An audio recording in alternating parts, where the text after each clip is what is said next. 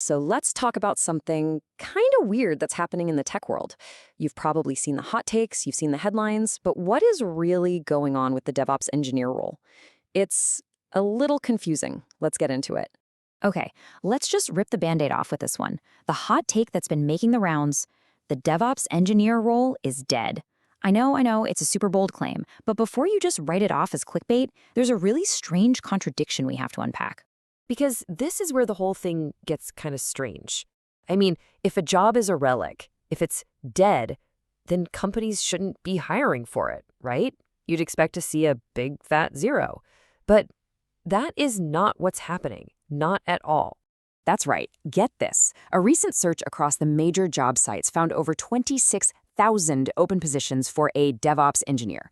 I mean, that is a massive number of jobs for a role that's supposedly 6 feet under.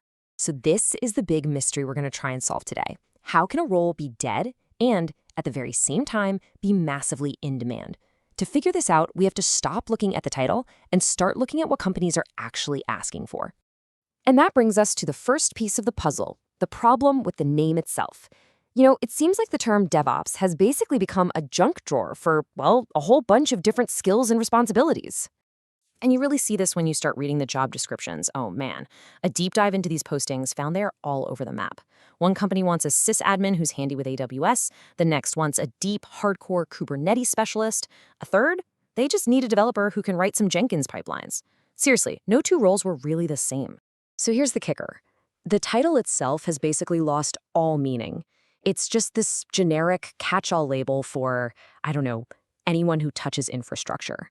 And you know what they say, when a term means everything, it kind of ends up meaning nothing at all.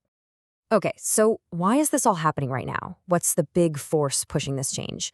Well, it really all boils down to the incredible power of automation and, frankly, the fact that our systems are getting more complex by the day.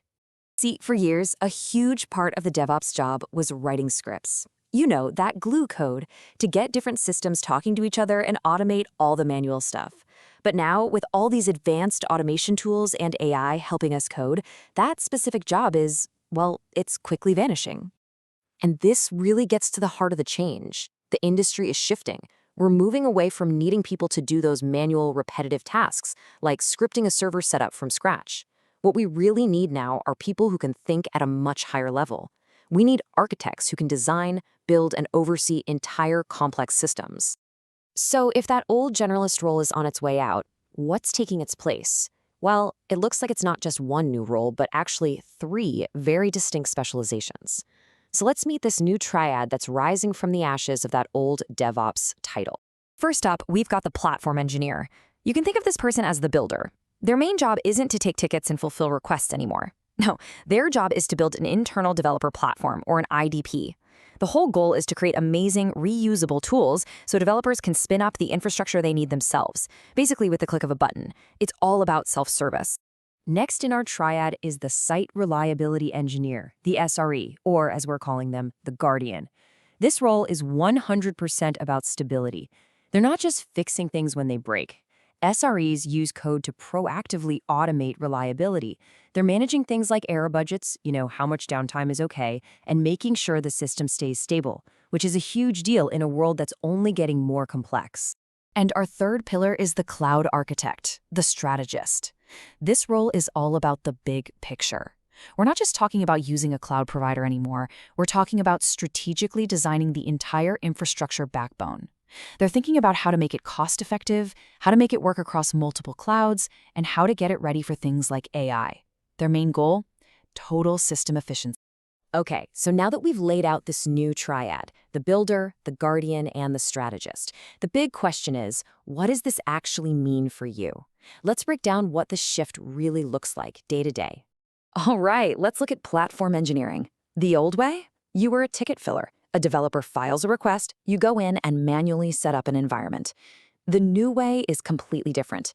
You think like a product manager, and you build that internal developer platform. The goal isn't just to close a ticket, it's to empower the entire organization with self-service tools. Now for site reliability engineering, the change is just as huge. The old process was basically reactive firefighting. An alarm goes off, production's on fire, and you rush in to put it out. The new SRE way is about preventing the fire from ever starting. You do that by automating reliability with code. It's a massive shift from just reacting to problems to proactively engineering long-term stability. And finally, cloud architecture. The old way was often just put it on AWS. The goal was simple: get the app deployed. You didn't always think about the cost or the long-term design. The new way, it's so much more strategic. You're designing these sophisticated, often multi-cloud backbones from the ground up, and your main focus is optimizing for both cost and total system efficiency. So here's the most important thing to take away from all this. This is not just about changing job titles. It's not just semantics. What we're really seeing here is a fundamental maturity shift in how the entire industry thinks about infrastructure and operations. To put it another way, the time of that one jack of all trades who did a little bit of everything in infrastructure, yeah, that era is ending. We are now officially in the age of specialized, deeply focused roles within engineering operations. And that brings us to the final question.